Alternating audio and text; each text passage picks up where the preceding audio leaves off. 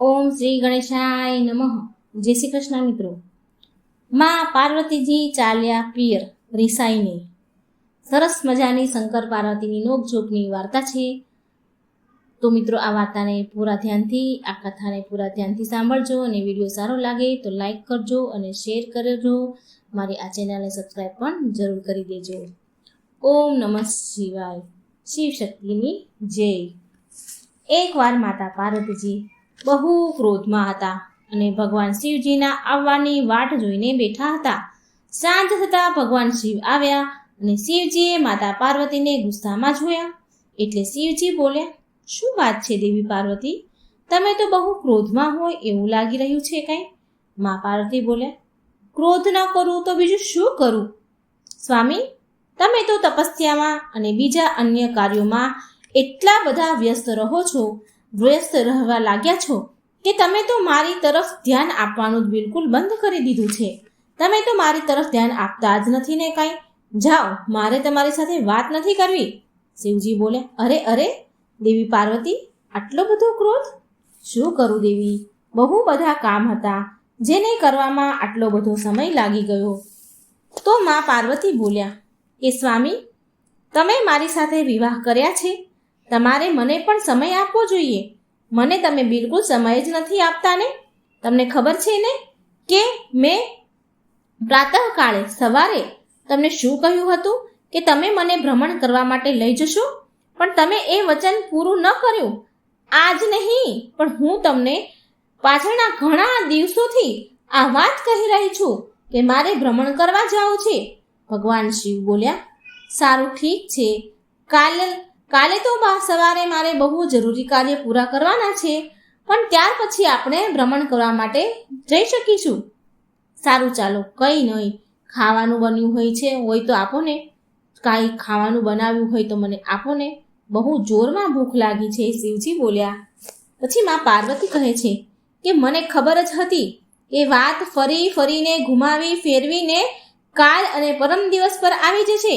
કાલે લઈ જઈશ, પરમ દિવસે લઈ જઈશ. હું તો બસ ચૂલામાં ચોકામાં જ વ્યસ્ત રહ્યા કરું છું. ચૂલા ચોકા જ કર્યા કરીશ. તમે મને ક્યારેય ફરવા નથી લઈ જવાના, અને આ વાત હું બહુ સારી રીતે જાણું છું. હવે હું કંઈ ખાવા પીવાનું બનાવવાની નથી. હું ચાલી મારા પિયર. હું મારા પિયર જઉં છું. તમે જાતે બનાવો ખાવાનું અને જાતે ખાઓ. જ્યારે તમને મારી પરવાહ નથી તો હું શું કામ તમારી પરવાહ કરું?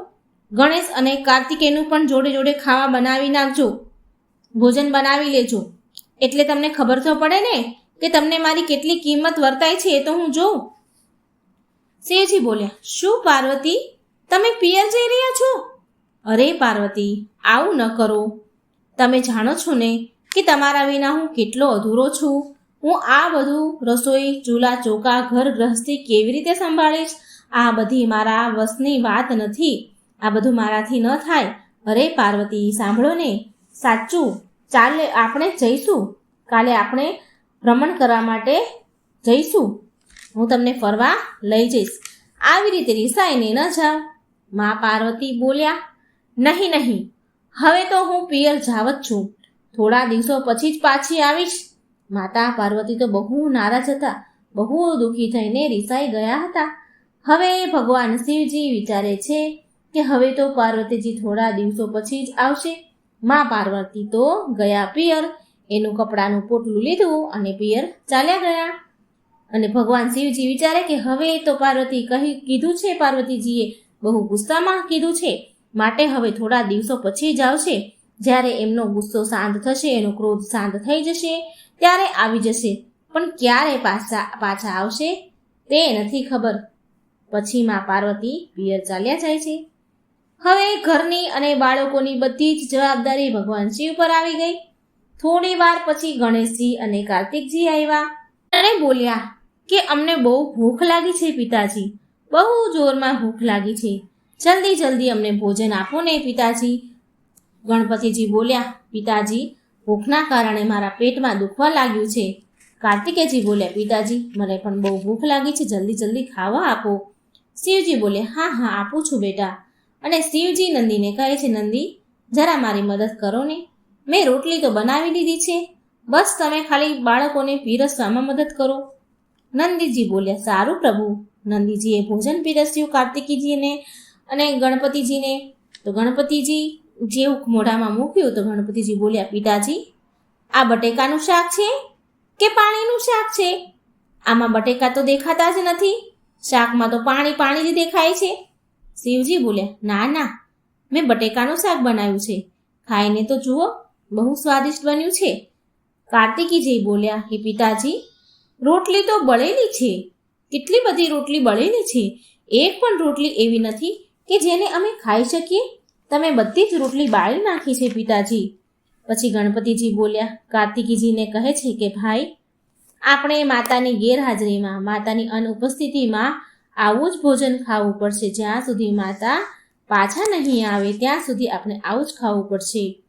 પછી નંદીજી ખાવા બેઠા અને બોલ્યા, પ્રભુ, શાકમાં તો મીઠું બહુ વધારે પડી ગયું છે. એટલે શિવજી ખીજાયા કે નંદી, જેવું બન્યું છે ને તેવું ચૂપચાપ ખાઈ લો. હું એમ પણ બહુ ચિંતામાં છું, હેરાન છું. આ બધા કામ સાચે જ પાર્વતી જ આટલી સરળતાથી કેવી રીતે સંભાળી લે છે, મને તો એ હજી પણ ન સમજાયું. મારા માટે આ ઘરના કામ કરવા એ બહુ મુશ્કેલ છે. આ તો એક ગૃહિણી જ કરી શકે. મને પાર્વતીજીની કમી બહુ વર્તાવા લાગી છે. થોડી વાર પછી ગણપતિજી અને કાર્તિકેયજી રમવા માટે જાય છે અને આ તરફ શિવજી બહુ હેરાન પરેશાન હતા. તેમને માતા પાર્વતીની બહુ યાદ આવી રહી હતી, માટે તેમને ક્યાંય મન લાગી ન રહ્યું હતું. દૈત્યોને જ્યારે આ વાતની ખબર પડી કે શિવજી કૈલાસ પર્વત પર બિલકુલ એકલા છે, તો પછી એ કૈલાસ પર આક્રમણ કરવા માટે વિચારવા લાગ્યા. દૈત્યો એકબીજાને અરસપરસ બોલી રહ્યા હતા કે આ સમયે મહાદેવની શક્તિ ક્ષીણ છે, કેમ કે સૂચના મળી છે કે પાર્વતી એમનાથી રિસાઈને પિયર ચાલ્યા ગયા છે. બીજા અસુરો બોલ્યા, અરે, આ તો આપણા માટે બહુ સારો મોકો છે, બહુ સારો સમય છે. શિવજીને બંદી બનાવીને આપણે કૈલાસની સાથે સાથે પૂરી પૃથ્વીને જીતી શકીએ છીએ. તો બીજા અસુર બોલ્યો કે પછી વાર શેની, ચાલો આપણે કૈલાસ પર આક્રમણ કરી દઈએ. આ તો એમ પણ પાર્વતી શિવજીથી નારાજ છે અને શિવની શક્તિઓ તો એમ પણ પાર્વતીના ગયા પછી નબળી પડી ગઈ હશે. દૈત્યો ભગવાન શિવ સાથે યુદ્ધ કરવા માટે તૈયાર થઈ ગયા. આ તરફ કૈલાસ પર શિવજી બહુ હેરાન પરેશાન હતા. એકલા એકલા બોલીને બડબડી રહ્યા હતા કે દેવી પાર્વતીજી, તમે રિસાઈને કેમ ચાલ્યા ગયા છો? તમારા વગર કૈલાસ બિલકુલ સૂનું સૂનું થઈ ગયું છે. તમારા વિના બધું જ અધૂરું છે. હું પણ તમારા વિના બહુ અધૂરો છું. પાછા આવી જાઓ પાર્વતીજી. આમ એકલા એકલા બોલી રહ્યા હતા. ગણેશ અને કાર્તિકીજી પણ તમને બહુ યાદ કરે છે અને મને પણ તમારે બહુ યાદ આવી રહી છે. હવે ગણેશ અને કાર્તિકેય હનુમાનજીના ઘરે રમવા ગયા છે અને રમીને આવશે તો એને ભૂખ લાગશે. તેના માટે લાય હું કંઈક બનાવી લઉં, એમ કહીને શિવજી રસોઈ બનાવવા લાગ્યા. શિવજી બાળકો માટે ભોજન તૈયાર કરવા લાગ્યા અને આ તરફ કૈલાસ પર દૈત્યો બધું જ સંતાઈને છુપાઈને બધું જોઈ રહ્યા હતા અને બોલ્યા કે મોકો સારો છે, ચાલો કૈલાસ પર આક્રમણ કરી દઈએ અને શિવજીને બંદી બનાવી લઈએ. આમ કહી આક્રમણનો નાદ કર્યો. આક્રમણ એમ કહી નાદ કર્યો. એટલામાં તો માતા પાર્વતી આવી જાય છે કૈલાસ પર અને બોલ્યા, સ્વામી, તમે ક્યાં છો? હું થોડા દિવસ માટે પિયર ચાલી ગઈ તો તમે તો બિલકુલ ધ્યાન આપવાનું છોડી દીધું ઘરનું.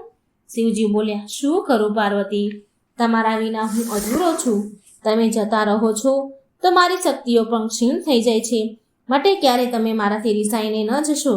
પાર્વતીજી બોલ્યા, સારું સારું સ્વામી, હવે હું રિસાઈને ક્યારેય મારા પિયર નહીં જાઉં. મને ખબર છે કે દૈત્ય તો આ વાટ જોઈને જ બેઠા હોય છે કે ક્યારે શિવ અને શક્તિ અલગ થાય અને ક્યારે કૈલાસ પર હુમલો કરીએ. એ લોકોનો કોઈ ભરોસો નથી. મારી પાછળ મારું આટલું સુંદર ઘર, સજાવેલું ઘર મારું તોડી ફોડી નાખશે. સ્વામી, ચાલો આજે તો દૈત્યોને પાઠ ભણાવી જ દઈએ. દૈત્યોને ખબર પડી કે મા પાર્વતી આવી ગયા તો ભાગો ભાગો, આ તો અમને મારી નાખશે એમ કહીને ભાગ્યા. માતા પાર્વતી અને ભગવાન શિવને એક સાથે જોઈને ગભરાઈ ગયા અને ભાગી ગયા દૈત્યો. પછી મા પાર્વતી જોર જોરથી હસવા લાગ્યા અને મા પાર્વતીની હસતા જોઈને શિવજી પણ જોર જોરથી હસવા લાગ્યા અને શિવ પાર્વતીને હસતા જોઈને સમસ્ત ગણો પણ હસવા લાગ્યા. માતા પાર્વતીજીને પાછા આવતા જોઈ બધા બહુ ખુશ થઈ ગયા. ગણપતિજી અને કાર્તિકે પણ પાછા રમીને આવી ગયા એટલે એમણે માતા પાર્વતીને જોયા તો એ પણ બહુ ખુશ થયા અને પૂરો કૈલાશ ખુશીથી ઝૂમવા લાગ્યો. તો મિત્રો કેટલી સરસ હતી ભગવાન શિવ અને પાર્વતીની નોકઝોકની વાર્તા. તો મિત્રો વિડીયો લાગે હા સારો તો શેર કરજો, લાઈક કરજો અને મારી ચેનલને સબસ્ક્રાઈબ જરૂર કરજો. કોમેન્ટ બોક્સમાં બની શકે તો ભગવાનનું નામ પણ જરૂર લખજો. જય શ્રી કૃષ્ણ. રાધે રાધે. Thank you.